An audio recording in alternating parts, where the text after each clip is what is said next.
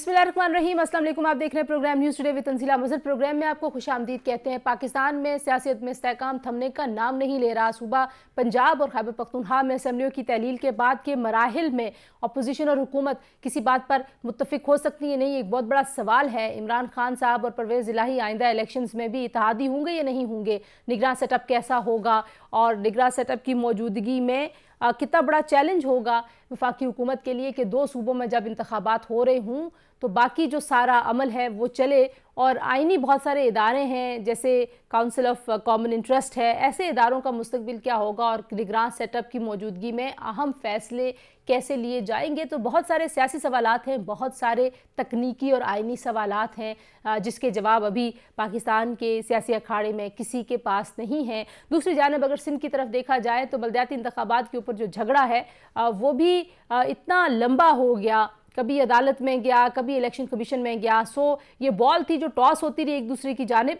लेकिन अभी जो फैसला किया इलेक्शन कमीशन ने वो यही है कि कल ही इंतखाबात होंगे। राना सनाउल्लाह को लगता है कि अगर दो बड़ी जमातें इन इंतखाबात के हक में नहीं हैं तो खुदा न खास्ता कराची और हैदराबाद के बलदियाती इंतखाबात में तसादुम का ख़तरा हो सकता है। 2 साल की ताख़ीर हो चुकी है बलदियाती इंतखाबात में और सारे ही सूबों में सारी ही जमातें हमने देखा कि बलदियाती इंतखाबात के रस्ते में बहुत सारी रुकावटें डालती हैं। तो अच्छी बात है, बिलावल साहब ने ये कहा कि बलदियाती निज़ाम मौजूद है, हम चाहते हैं ये मौजूद रहे और मिलकर इसको मजबूत करें। लेकिन MQM क्या वाकई हुकूमती इत्तेहाद से निकल सकती है? ऐसी सूरत में एक नया ख़तरा पैदा हो जाएगा PDM और पीपल्स पार्टी की इत्तेहादी हुकूमत के लिए मरकज़ में।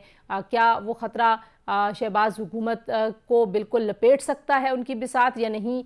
ये भी एक अहम नुक्ता है और इसी के ऊपर गौर खोज कर रही है MQM। और इस सारी सूरत हाल को देखते हुए दोबारा से ये खबरें भी गर्म हो गई कि सदर मुमलिकत आरिफ अलवी साहब शहबाज शरीफ साहब को एतमाद का वोट लेने के लिए कह सकते हैं। पाकिस्तान तहरीक इंसाफ के लिए जो MQM की सूरत हाल है वो काफ़ी पुरकशिश इस वक्त उनको लगना शुरू हो गई है।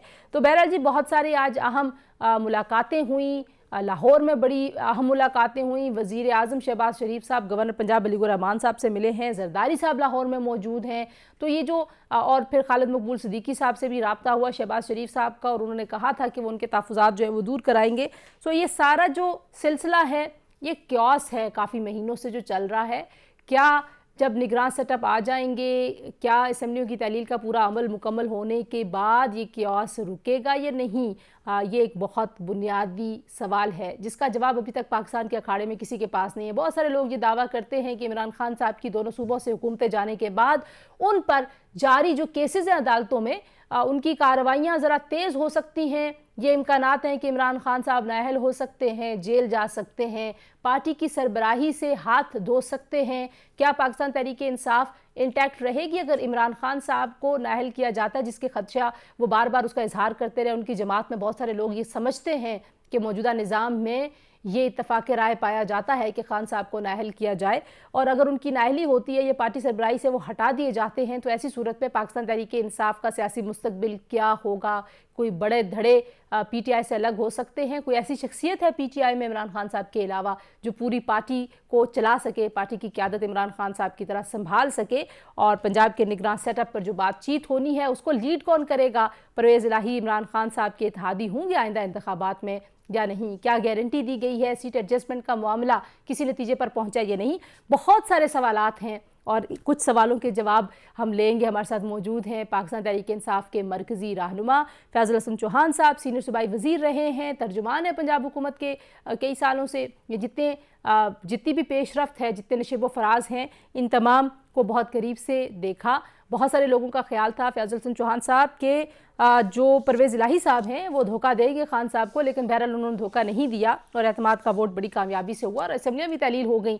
लेकिन ये रूमर्स और अफवाहें आपके ख्याल में क्यों रहीं? क्या वाकई कोई ऐसे इख्तलाफात थे जिसकी वजह से बार बार लग रहा था कि खान साहब को परवेज़ इलाही साहब की तरफ से धोखा हो सकता है? अच्छा तंजीला, इस तरह है कि पिछले 6-7 माह से जब से हमारी हुकूमत बनी अगस्त के पहले हफ्ते में, उस वक्त से लेके अब तक नून लीग के पेरोल पे और PDM के पेरोल पे काम करने वाले कुछ चैनल्स और कुछ एंकर्स और कुछ मीडिया पर्सन्स ये प्रोपेगेंडा करते रहे कि परवेज इलाही इमरान खान साहब की मर्जी के मुताबिक नहीं चलेंगे, चौधरी परवेज इलाही अपनी मर्जी करेंगे। और फिर जब 26 नवंबर को खान साहब ने पंजाब असम्बली तहलील करने का ऐलान किया तो पिछले 1.5 महीने में सुबह दोपहर शाम ये टेम्पो बनाया गया कि चौधरी परवेज लाई बेवफाई करेंगे। लेकिन अल्लाह पाक के करम से ना पीटीआई के अंदर कोई बेवफाई हुई इमरान खान साहब से, और ना ही चौधरी परवेज लाई साहब की तरफ से किसी किस्म की कोई बेवफाई हुई। और चौधरी साहब ने साबित किया कि वो लजपाल और धड़ेबाज और एहसानमंद और दोस्ती निभाने वाले आदमी है। तो अब वो सारी चीजें तो खत्म हो गई, असम्बली तहलील हो गई, तो अब आगे नून लीग को और पीडीएम को पिस्सू पड़े हुए हैं कि वो क्या करें। अच्छा, आगे इसमें जनाब जी खड्डा है, पीछे खड़ी है, उन्हें समझ नहीं आ रही कुछ। अच्छा, दो सवाल आपकी बात से पहले मैं कर लूं, फिर उस बैकग्राउंड में कुछ लोग कुछ दावे करते हैं वो मैं आपसे पूछूंगी। आपने कहा कि परवेज इलाही साहब की तरफ से कोई मसला नहीं था, सिर्फ मीडिया ने ये सारी बनाई चीज़ें, लेकिन परवेज इलाही साहब ने बहुत सारे इश्यूज़ के ऊपर इमरान खान साहब की और पीटीआई की पॉलिसी से हटकर बयानात दिए। तो जाहिर है जब आप एनालाइज करते हैं इन चीज़ों को तो आपको लगता है कि मे बी वो वन पेज नहीं है।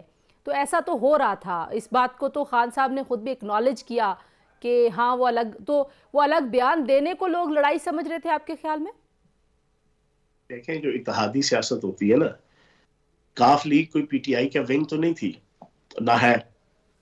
काफ लीग जो है वो एक इत्तेहादी जमात थी। इत्तेहादी जमात होने की हैसियत से उनका अपना एक पॉइंट ऑफ व्यू है, जनरल बाजवा के हवाले से उनका अपना पॉइंट ऑफ व्यू है, एस्टेब्लिशमेंट के हवाले से उनका अपना पॉइंट ऑफ व्यू है। कुछ लोग ये दावा करते हैं कि असेंबली के इजलास से पहले उसमें इमरान खान साहब ने परवेज इलाही साहब को कहा कि अगर आज आप एतमाद का वोट नहीं लेंगे तो हम हमारे जो एमपीज़ हैं वो रिज़ाइन कर देंगे। इसमें कोई सदाकत है? कोई ऐसी सोच विचार थी पीटीआई के लोगों ने वाकई सोचा? इमरान खान साहब ने कहा कि अगर ये नहीं लेते एतमाद का वोट तो आप लोग रिज़ाइन कर दें?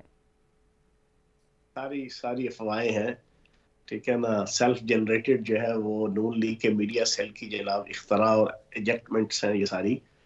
और बाकी हकीकत यह है कि असम्बली तहलील हो गई, चौधरी परवेज लाई साहब ने असम्बली भेज दी, गवर्नर ने एक्सेप्ट कर ली, और अब अगला इलेक्शन जनाब 12 अप्रैल से पहले पहले अगला इलेक्शन है पंजाब असम्बली का। अकल के अंधे ये साबित ना हुए इम्पोर्टेड हुकूमत वाले कि तेरा गीदड़ों की जमात, तो ये सारे का सारा इलेक्शन इकट्ठा कराएंगे, पूरे का पूरा जनरल इलेक्शन कौमी असम्बली का भी। तो अगर मैं ना मानू की जिद लगाएंगे तो फिर 66% पाकिस्तान की 2 सूबाई असम्बलियों के इलेक्शन 12 अप्रैल से पहले होंगे। इलेक्शन इंशाल्लाह हम 2/3 अक्सरियत से दोनों सूबों में जीतेंगे।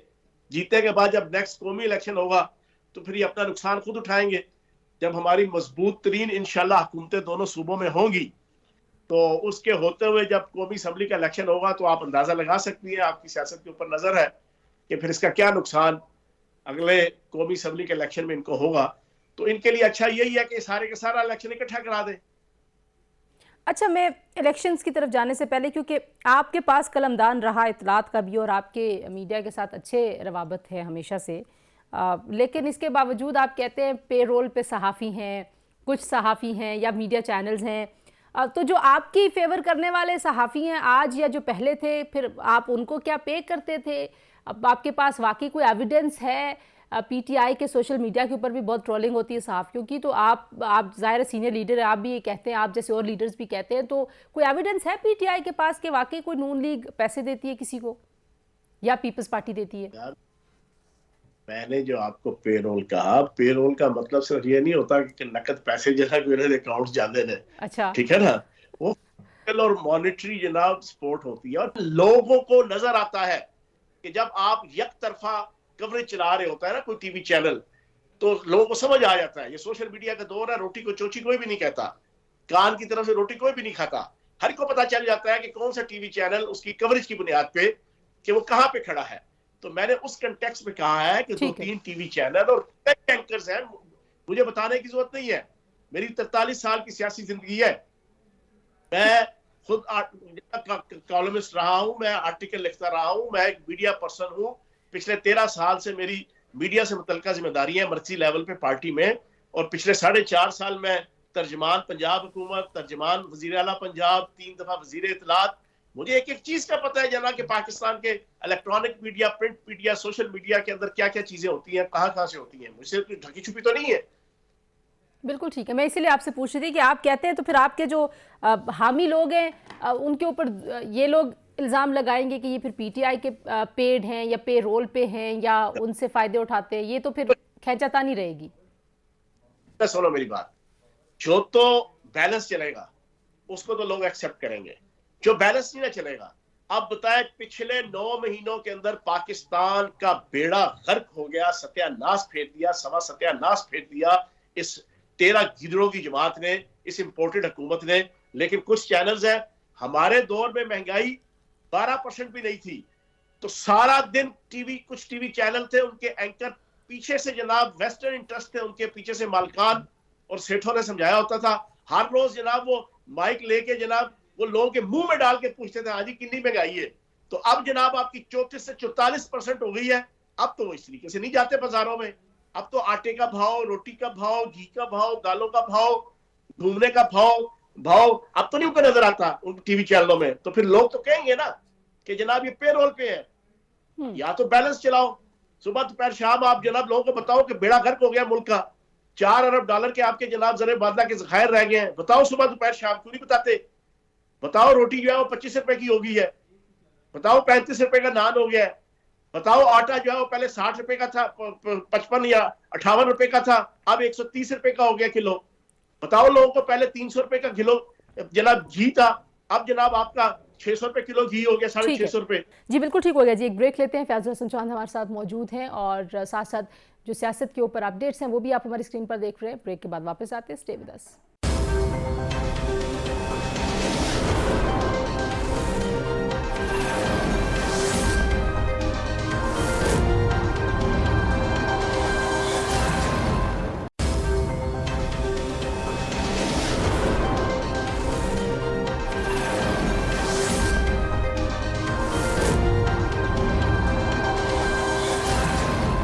प्रोग्राम में आपको एक बार फिर खुशामदीद कहते हैं। अब आइंदा इलेक्शन होना है, दो चीज़ें जो बड़ी इंपॉर्टेंट है इसमें, सारे लोग उसके ऊपर बड़े क्या सराहियाँ करने की कोशिश कर रहे हैं। एक तो ये कि आपकी जो सीट एडजस्टमेंट का मामला है काफ लीग के साथ, क्या वो हतमी सूरत में हो गया, कोई आपने मुआहदा कर लिया, या अभी भी उसमें कुछ चीज़ें बाकी हैं? क्योंकि ज़ाहिर है अगर 90 दिन में इलेक्शन होने हैं तो क्या हम पाकिस्तान तहरीक इंसाफ और काफ लीग को इकट्ठा इंतखाब लड़ता हुआ देखेंगे? सीट एडजस्टमेंट होगी या नहीं होगी?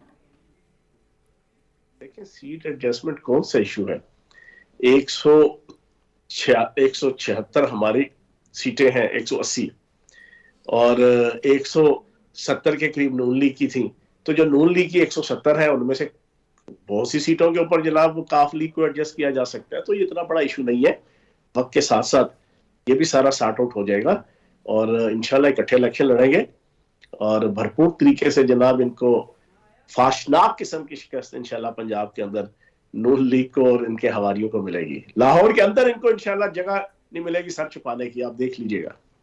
और जरदारी साहब क्योंकि पंजाब में हैं और पंजाब में पहले भी खबरें आ रही थी, आपको पता है कि पीटीआई के जो पुराने खान साहब के बहुत करीबी लोग हैं, चाहे वो अलीम खान हैं, चाहे वो जहांगीर खान तरीन हैं, चाहे वो चौधरी सरवर हैं, ये सारे लोग एक अलग एक अच्छा खासा बड़ा धड़ा है जिनके साथ बहुत सारे एमपीएस भी हैं। अभी तो उनको डी सीट होने का और फारिग होने का ख़तरा था, तो हो सकता है उन्होंने साथ दिया, और कुछ लोगों का ख्याल है कि ये बस यहीं तक साथ था। और जैसे इलेक्शन अनाउंस होंगे पीटीआई से 30 से 40 लोग मज़ीद अलग होंगे। इस पे क्या कमेंट करते हैं आपके? कोई इस वक्त जब आप ये दावा करते हैं कि खान साहब मकबूलियत के उरूज पर हैं, कोई जाएगा पीटीआई छोड़ के अलीम खान और तरीन साहब और जो बाकी लोग उनके पास, जरदारी साहब के पास? एक बात अपने ज़हन में रख लो, मैं बड़ा दबंग और दिलचस्प तरीके से आपके पूरे सवाल का जवाब एक फिक्रे में दे दूं। इस वक्त और आने वाले इलेक्शन में पीटीआई का टिकट जो है वो सियासी जन्नत का टिकट है और नून लीग का टिकट जो है वो सियासी जहन्नुम का टिकट है। बस पागल होगा कोई पॉलिटिशियन जो नून लीग के टिकट से, और बाकी रही पीपल्स पार्टी ना 3 में, ना 13 में, ना 14 में, ना 17 में, पंजाब के अंदर उनका लेना देना ही कोई नहीं है। 300 वोट है इनके सूबाई असेंबली के और 500 वोट है कौमी असेंबली के, और जो रह गए थे वो भी शायद ये भी खत्म कर दिए हैं। शहनशाह करप्शन, आकाए जनाब बदयांती, ताजदारे मनी लॉन्ड्रिंग जनाब आसिफ अली जरदारी साहब, उनके सर सदके जो है वो मैं समझता हूँ कि अब पंजाब के अंदर तो जो है वो ना 3 में, ना 13 में, ना 14 में, ना 17 में। तो बाकी रही नून लीग, तो सियासी जहन्नुम का टिकट है, सियासी जहन्नुम का। तो जिसने जहन्नुम में जाने का जिसको शौक है, जाए जाके नून लीग के जना उधर आले शरीफ और जाती उमरा में जाके जना वो चक्कर काटे जाके, सो बिस्मिल्लाह। वो तो कहते हैं जो 20 सीटें आपके लोगों ने खाली की थी उसमें से 5 उन्होंने जीत ली, उसको तो वो अपनी कामयाबी समझते हैं। वो कहते हैं हमारी तो नशिस्तें ज्यादा हो गई थी, और वो ये भी कहते हैं कि जी पूरी इस्टेब्लिशमेंट की सपोर्ट, पूरी इलेक्शन कमीशन की सपोर्ट, अरबों रुपए के वसाइल, धौस धांधली बदमाशी अपनी हुकूमत की, जो हमजा शहबाज की इलीगल हुकूमत थी, नाकाम वजीर आजम और नखट्टू वजीर आला, दोनों की हुकूमतों के साथ 17 जुलाई के ज़िमनी इलेक्शन में अगर 4 सीटें जीत ली तो शर्म से डूब मर जाना चाहिए इनको। लाहौर की सारी सीटें हार गए थे एक के, वो भी बदमाशी और पैसे के सर पे और स्टैब्लिशमेंट के और वफाकी हुकूमत और इलेक्शन कमीशन की जनाब सपोर्ट के साथ। तो जनाब अल्लाह पाक खैर करेगा। इन्हें कहना क्यों नहीं नवाज शरीफ वापिस आ रहा, बड़े जनाब बढ़ के मार रहे थे वापिस आएगा, माही आवेगा तो फुला नल धरती से जाएगी, तो धरती से जाए ना फुला नल, तू नहीं हमसे जा रहे। उसने कहा पाजी मैं नहीं वापस आना, मेरी जान बख्शो, मैं बड़ी मुश्किल से भागा हूं 2 नंबरियां करके, झूठ बोल के, फ्रेब से, फ्रॉड से, अदालतों को, रियासत को, स्टैब्लिशमेंट को, मीडिया को, पीटीआई को चूना लगा के मैं यहां से भागा हूं, तो मैं नहीं अब वापस आता। अब उसने कहा जा अपनी बेटी को कहा जा जाके जरा जायजा क्या, तो शब्द भी वापस आती हुई दिखाई नहीं देती। तो चलो आ भी गई तो जनाब इनको दाल आटे का भाव पता चल जाएगा बेगम इंशाल्लाह। अच्छा, ये भी बताइए कि अगर खान साहब की ज़ाहिर है दोनों हुकूमतें कल की तारीख में या परसों तक केपी का 48 घंटे का टाइम बनता है, तो ये दोनों हुकूमतें जाने के बाद खान साहब के लिए जो उनकी अदालती कार्रवाइयाँ हैं, उनके खिलाफ जो केस हैं, कुछ लोग ये दावा कर रहे हैं कि उनके फैसले बहुत जल्दी मुतवक्के हैं। तो खान साहब अगर जेल चले जाते हैं, खान साहब अगर नाअहल हो जाते हैं, खान साहब को सज़ा हो जाती है, उस सूरत में क्या पाकिस्तान तहरीक इंसाफ ऐसे ही इंटैक्ट रहेगी जैसे अभी है, और उस सूरत में पीटीआई का लाएअमल क्या होगा? किस तरह से आप ऐसी किसी सूरत हाल को, इम्कानात को देखते हैं? इमरान खान साहब को ये अगर नाअहल करेंगे, इमरान खान साहब को अगर ये जेल भेजेंगे, इस वक्त अगर हमें 100 में से 80 वोट मिल रहा है तो फिर 100 में से 95 वोट जो है वो इमरान खान के नाम पे पीटीआई को मिलेगा। बेगम रहे, मर्ज बढ़ता गया जूझू दवा की, ये फंस गए हैं। इन्होंने जो आलमी ताकतों और मुल्की ताकतों की शह पे जाना, जो ये जो फंदा अपने गले पे लिया है ना अप्रैल के महीने में, मार्च अप्रैल में पिछले साल, अब इनको समझ नहीं आ रही, ना खुदा ही मिला ना विसाले सनम, ना इधर के रहे ना उधर के रहे। इन्होंने जो मौज मेला लुटना था वो लूट लिया, सारे करप्शन के केसेस खत्म करवा लिए, 1150 अरब रुपए की करप्शन के जनाब 150 केसेस माफ करवा लिए, और NRO 2 ले लिया, सियासी वॉशिंग मशीन के अंदर जनाब धुल के सारे हाजी नमाजी परहेजगार गोश कुतुब कलंदर वली बन गए हैं। ठीक है ना, कोई बाहर जाके जनाब अपनी जान बचा गया, अपनी सियासत पे वापस आ गया, अपनी सियासत बचा गया, करप्शन बचा गया, मनी लॉन्ड्रिंग बचा गया, जाली अकाउंट्स बचा गया, जाली टीटीज बचा गया। इन्होंने वो करना था कर लिया।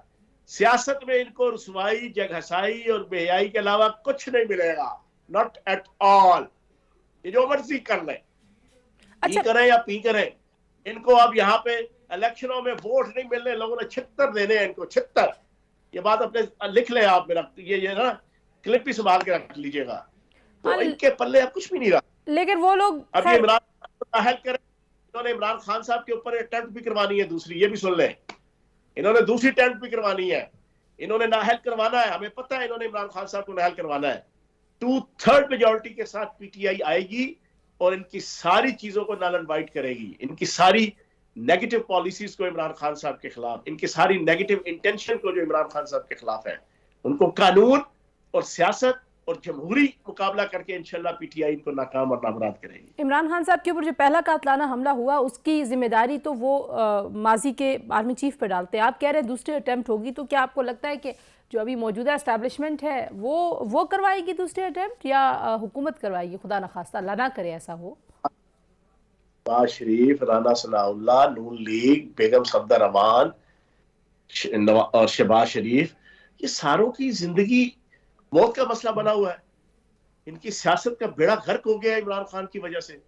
मैंने परसों असेंबली के अंदर जो बड़ी एक तारीखी खिताब किया, जिसकी धूम मची हुई है पूरी पाकिस्तानी कम्युनिटी में, पाकिस्तान और के अंदर भी और बाहर भी, मैंने उसमें एक फिक्रा कहा था और आपके प्रोग्राम में दोबारा दोहरा दूं। इमरान खान इन 13 जमातों के लिए और खुसूसन नून लीग के लिए, बल्कि 3 आले शरीफ, आले जरदारी और आले फजल रहमान, खसूसन इनके लिए उसकी इमरान खान की पोजीशन ये है कि वो भी क्या दिन थे जब हम जिन थे, अब हम द्यो हैं, जिन्नों के भी प्यो हैं। इमरान खान कभी इनके लिए जिन था, अब इमरान खान इनके लिए द्यो बन गया है, जिन्नों का भी प्यो बन गया है। इनको समझ नहीं आती, इनको रात को जागते हुए, सोते हुए, खाते हुए, पीते हुए, घूमते हुए, बेडरूम में जाते हुए, वॉशरूम में जाते हुए, इनको इमरान खान डरावना ख्वाब के तौर पे इनको नजर आता है। तो जनाब ये अपनी तरफ से तो पूरी कोशिश करेंगे ना, डर्टी पॉलिटिक्स तो इनकी जनाब खमीर में है इन सारों की, फजल रहमान से लेके जरदारी, जरदारी से लेके आले शरीफ, तो अपनी तरफ से जितनी मर्जी कोशिश कर ले, लेकिन आवाम की ताकत और अल्लाह पाक के फजल करम से, अल्लाह पाक की जिसे कहते हैं ना, जैसे करम से इंशाल्लाह इमरान खान दोबारा आएगा, इस मुल्क के अंदर वजीर आजम बनेगा। जी वक्त हुआ चाहता है एक और ब्रेक का, ब्रेक के बाद वापस आते हैं, हमारे साथ रहिए।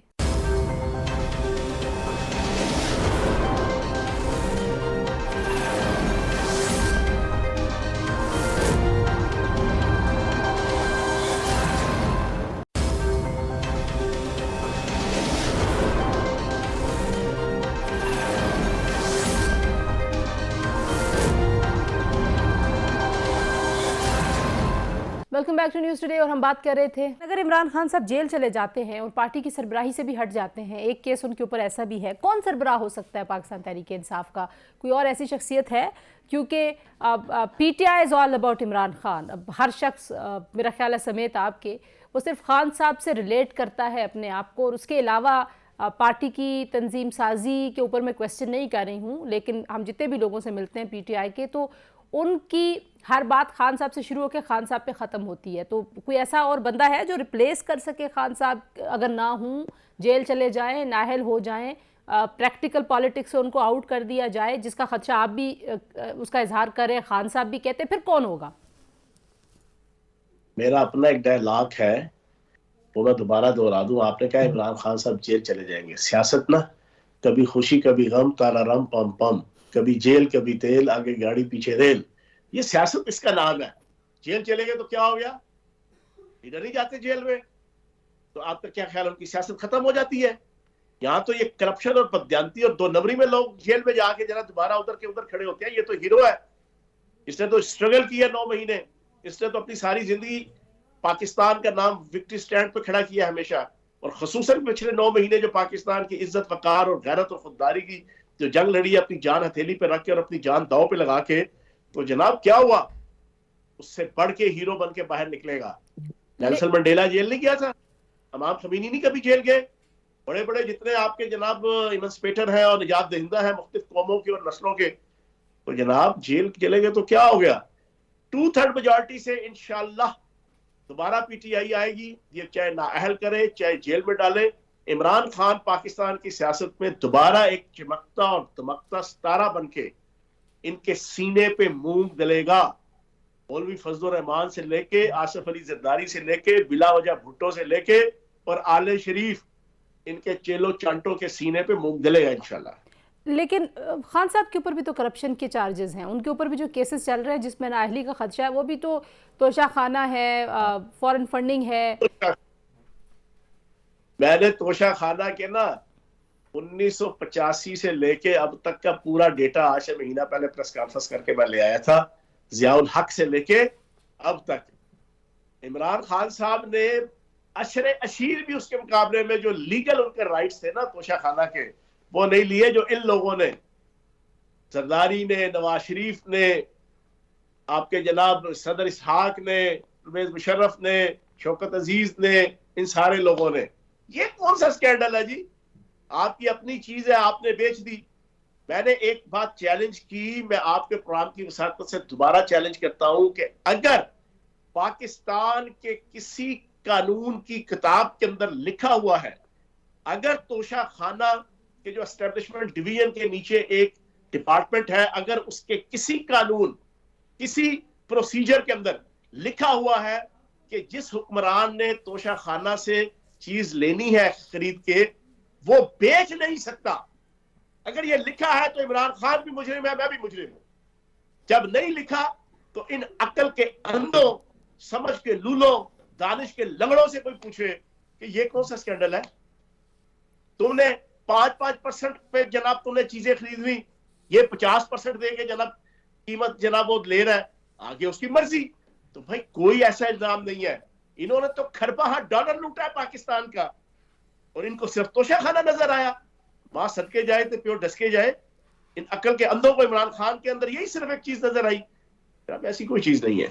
अच्छा, आप कह रहे हैं कि अगर उन्होंने कुछ रूल्स को बाईपास किया हो, जैसे फॉरेन फंडिंग के केस में भी ऑब्जर्वेशन थी, तो आपको लगता है कि वो बहुत बड़ी बात नहीं है? क्योंकि जाहिर है इमरान खान साहब ने खुद अपने लिए जो अखलाकी मेयार है वो बड़ा हाई उन्होंने खुद रखा। उन्होंने वो मदीना की रियासत की बात करते हैं, फिर सादिक और अमीन की बात करते हैं, तो फिर जाहिर है उनसे एक्सपेक्टेशन भी जरा ज्यादा हो जाती है ना लोगों की। तो वो चोरी चाहे एक ढेले की हो, हम तो रियासत मदीना में ये सुनते हैं ना कि चोरी एक ढेले की हो या 2 अरब की हो, एक जैसी बात है।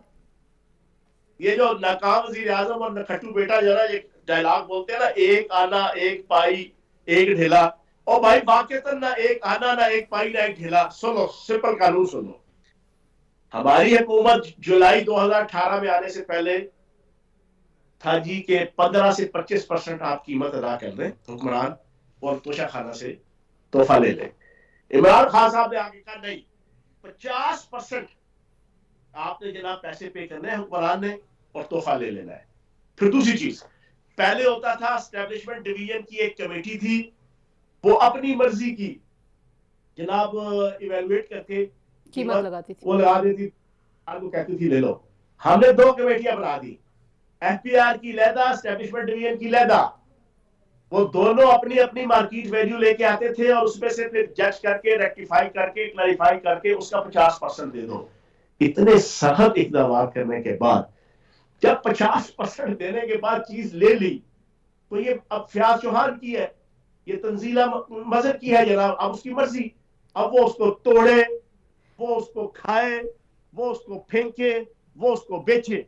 लेकिन खान साहब ने 20% दिया, 50% नहीं दिया, 20% दिया। हमने जो कानून बनाया वो 50% का था, लेकिन उसके मुताबिक दिया ना, जो कानून था उसके मुताबिक दिया। फयाजुल हसन चौहान दोबारा ये चैलेंज देता है, दोबारा अगर तोशा खाना की किसी प्रोसीजर और कानून के अंदर ये लिखा है कि तोशा खाना से खरीदी हुई तोहफा, खरीदा हुआ तोहफा हुक्मरान बेच नहीं सकता, तो जनाब मैं इस तरह कान पकड़ के पूरी पाकिस्तानी कौम से मैं माफी मांगूंगा। चलो आखिर में लिखा हुआ ठीक है, आखिर में मुझे ये बता दीजिए कि अब निगरान सेटअप के लिए नामों पे गौर होगा। वो नाम परवेज इलाही साहब देंगे, वो नाम इमरान खान साहब के होंगे, आप लोगों की शहबाज शरीफ साहब की जो अभी वहाँ पे ज़ाहिर है नून लीग की हुकूमत है, अपोजिशन है, उनके साथ आपकी कोई मुज़ाकरात आपको लगता है कामयाब हो जाएंगे? क्या सूरत हाल आप देख रहे हैं? कोई मामला बैठ के टेबल पे तय होगा? क्योंकि फिर तो इलेक्शन कमीशन में जाएगा मामला, अगर आपस में आप तय नहीं करेंगे, और इलेक्शन कमीशन के ऊपर तो आपका एतबार है नहीं, तो किस पे एतबार करेंगे? हमजा शहबाज पे, अपोजिशन पे, या इलेक्शन कमीशन पे? कानून के मुताबिक आप लीडर ऑफ द अपोजिशन और लीडर ऑफ द हाउस, वजीर आला और अपोजिशन लीडर, ये दोनों अपने अपने नाम देंगे। पहले तो निगरान वजीर आला के लिए, फिर इसी तरीके से कैबिनेट की फॉर्मेशन के लिए। अगर तो कंसेंसस के साथ अच्छे तरीके से ये लोग यूनानिमसली एमिकेबली सॉर्ट आउट कर लेंगे तो वेल एंड गुड, नहीं अगर हुआ तो फिर जनाब इलेक्शन कमीशन जनाब उसके इख्तियार में आएगा, फिर इलेक्शन कमीशन इसको करेगा, और फिर ये करना तो है ये। और उसमें दोनों तरफ से, ट्रेजरी बेंचेस की तरफ से भी, अपोजिशन बेंचेस की तरफ से भी अफराद आएंगे, मिनिस्टर्स के नाम आएंगे, और इसी तरीके से चीफ मिनिस्टर का नाम भी आएगा। उसमें से जो इलेक्शन कमीशन किसी को चूज कर लेगा। तो इलेक्शन कमीशन किसको चूज करेगा? आप लोगों को तो इलेक्शन कमीशन पे एतबार ही नहीं है, वो जो मर्जी करते रहे, आप उनके हमेशा खिलाफ ही रहते। तो मर्जी कर ले, एस्टेब्लिशमेंट जो मर्जी कर ले, ये सारी ताकतें जो मर्जी कर ले, आवाम इस वक्त इमरान खान को प्राइम मिनिस्टर देखना चाहती है बस। आखिरी एक ब्रीफ सा कमेंट अगर कर सके, आपने एस्टैब्लिशमेंट का 2-3 दफ़ा नाम लिया, आपको लगता है कि मौजूदा एस्टैब्लिशमेंट इस सारे सियासी अमल में और आपके सारे सियासी फैसलों पर कहीं भी असरअंदाज होने की कोशिश कर रही है? देखिए, असरअंदाज होगी तो ठीक नहीं करेगी, या तो फिर सही तरीके से न्यूट्रल हो जाओ, न्यूट्रल हो जाओ। सियासी जंग में जनाब हमें लड़ने दो। हमने तो भाईजान पिछले 10 महीनों के अंदर, मैं कम से कम अपना बताऊं, हमने तो सियासी जंग लड़ी है। हमने तो इस आल पाकिस्तान लूटमार एसोसिएशन को अपना दुश्मन समझा है। हमने तो इस 13 गीदड़ों की जमात को अपना दुश्मन समझा है। हमने तो इन 13 गले सड़े मसालों वाली जो अचार है ना, उसको हमने अपना मुखालिफ समझा है। क्यों? कि हम मुहिब वतन हैं, हम पाकिस्तान से मोहब्बत करते हैं, हम पाकिस्तान के अदारों और अदालतों के साथ ना जंग लड़ी ना लड़नी है। हमने बेगम सफदर अवान और नवाज शरीफ की तरह ना अदालतों को, अदारों को बुरा भला और गालियां देनी है, ना दी है, ना देंगे। लेकिन अदारों को भी ये चीज समझना चाहिए, अदालतों को भी समझना चाहिए, इलेक्शन कमीशन को भी समझना चाहिए कि फिर वो अपना एक न्यूट्रल रोल प्ले करें। फिर ठीक है, फिर हम सियासी जंग लड़ते हैं, अब हवाएं ही करेंगी रोशनी का फैसला, जिस दिए में जान होगी वो दिया रह जाएगा। सियासत में आवाम जो फैसला करेगी फिर उसको एक्सेप्ट करें, क्योंकि जमहूरियत तो नाम ही आवाम का है ना। आज आप इन सबको चोर कह रहे हैं, अचार कह रहे हैं, कल आप परवेज इलाही साहब को सबसे बड़ा डाकू कहते थे। अगर आप उनके साथ बैठ गए तो हमें ये उम्मीद रखनी चाहिए कि कहीं ना कहीं आप इन लोगों के साथ भी कहीं बैठ जाएगी, या नहीं? इसका कोई सवाल नहीं है। वो कुछ डाकू सही होते हैं, हलाल होते हैं, कुछ नहीं होते। कुछ ऐसा है सिलसिला? ऐसी कोई बात नहीं है। ये जो है ना, ये जो इस वक्त इम्पोर्टेड हुकूमत है, ये rectified, verified, purified, justified, simplified corrupt है, बदयानत है, टकेमार है, पैदागीर है, नुसरतबाज है, मनी लॉन्ड्रर है, जाली टीटीज बनाने वाले हैं, जाली चौक बनाने वाले हैं। बहुत शुक्रिया फैजल हसन चौहान साहब की गुफ्तगू आपने सुनी। पाकिस्तान तहरीक इंसाफ के मरकजी रहनुमा का ख्याल है एस्टैब्लिशमेंट, इलेक्शन कमीशन, अदालतें, इदारे, PDM, पीपल्स पार्टी, कोई भी अपोजिशन जमातें कोशिश कर लें, इमरान खान साहब की मकबूलियत का ग्राफ उनके ख्याल में इतना ऊंचा है कि वो 2/3 अक्सरियत के साथ न सिर्फ पंजाब और खैबर पख्तूनख्वा में बल्कि मरकज़ में वापस आएंगे, दोबारा वज़ीर आज़म भी बनेंगे। बहुत शुक्रिया जी। बहरहाल, और दूसरी जानिब अब कल एक बड़ा मार्का है, सियासी मार्का हैदराबाद और कराची में।